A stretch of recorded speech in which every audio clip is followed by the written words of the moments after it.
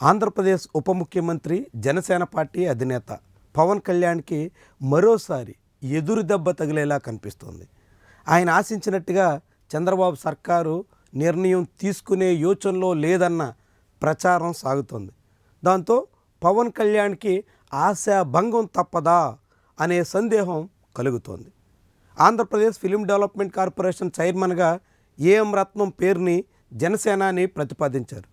త్వరలోనే ఏఎం రత్నం ఆ బాధ్యతలు స్వీకరిస్తారు అన్నట్టుగా చెప్పుకొచ్చారు. ఏఎం రత్నం ఇటీవలే పవన్ కళ్యాణ్ నటించిన సినిమా హరిహర వీరమల్లు సినిమాకి నిర్మాతగా వ్యవహరించారు. ఆ సినిమా డిజాస్టర్గా మిగిలింది, చాలా తీవ్రమైనటువంటి నష్టాలకి కారణమయ్యింది. దాంతో ఆ నష్టాలు పూడ్చుకునే క్రమంలో పవన్ కళ్యాణ్ పలు రకాల హామీలు కూడా ఇచ్చున్నారు.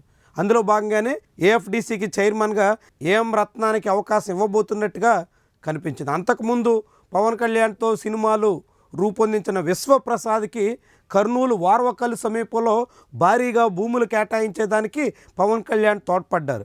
తన సినిమా నిర్మాతలకి ఒక్కొక్కరికి ఒక్కొక్క రీతిలో సహాయం చేసేదానికి తగ్గట్టుగా పవన్ కళ్యాణ్ పూనుకుంటున్నట్టుగా కనిపిస్తుంది. అయితే అదంతా సహాయమేనా, లేకుంటే దాని వెనక ఏదైనా మతలబుందా అనే సందేహాలు ఉన్నాయి. అవన్నీ పక్కన పెడితే ఇప్పుడు ఏఎం రత్నం విషయంలో చంద్రబాబు సర్కారు నిర్ణయం తీసుకోకుండా తాత్సార్యం చేస్తోంది. దానికి అనేక కారణాలు ఉన్నట్టుగా కనిపిస్తుంది. ముఖ్యంగా తెలుగుదేశం పార్టీకే చెందిన హిందూపురం ఎమ్మెల్యే నందమూరి బాలకృష్ణ ఏఎఫ్డిసి కోసం మరొక పేరుని ప్రతిపాదించినట్టుగా చెప్పుకొస్తున్నారు. దాంతో ఇప్పుడు బాలకృష్ణ చెప్పిన పేరుని ఏఎఫ్డిసికి ఓకే చేయాలా, పవన్ కళ్యాణ్ ప్రతిపాదనకి సరే అనాలా అన్నది చంద్రబాబుకి పెద్ద చిక్కుముడిలా కనిపించింది. ఇప్పటికే బాలకృష్ణ పవన్ కళ్యాణ్ మధ్య సినిమా విడుదల విషయంలో చాలా పెద్ద మల్లగుల్లాలు పడాల్సిన పరిస్థితి వచ్చింది. అఖండ 2 ఓజీ విడుదల సంబంధించి సెప్టెంబర్ 25న మేమంటే మేమే విడుదల చేస్తాం అన్నట్టుగా చాలా రకాలుగా పోటీ పడ్డారు.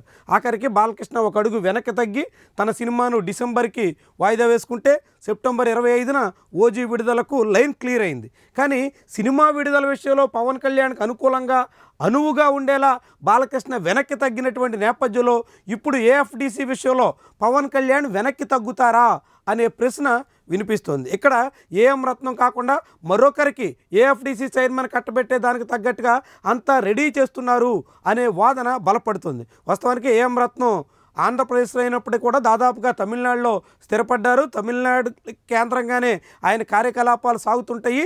తమిళ్లోనే ఆయన ఎక్కువ సినిమాలు రూపొందించి వాటిని తెలుగులోకి డబ్ చేసినటువంటి అనుభవం ఉంది. ఇలాంటి తరుణంలో తమిళుడుగా ఉన్న ఏఎం రత్నానికి అవకాశం ఇవ్వడం మీద కూడా అభ్యంతరాలు వ్యక్తం కావడంతో ఇప్పుడు పవన్ కళ్యాణ్ ప్రతిపాదన పక్కన పెట్టేసే అవకాశం ఎక్కువగా కనిపిస్తోంది అనే మాట విస్తృతంగా వినిపిస్తుంది. దాంతో ఇప్పుడు ఏఎఫ్డిసి చైర్మన్ ఎవరికి ఇస్తారు, ఎవరికి అవకాశం వస్తుంది, అందులో బాలకృష్ణ మాట నెగ్గుతుందా, పవన్ కళ్యాణ్ పంతం నెరవేరుతుందా అన్నది ముఖ్యమైనటువంటి అంశంగా మారుతుంది.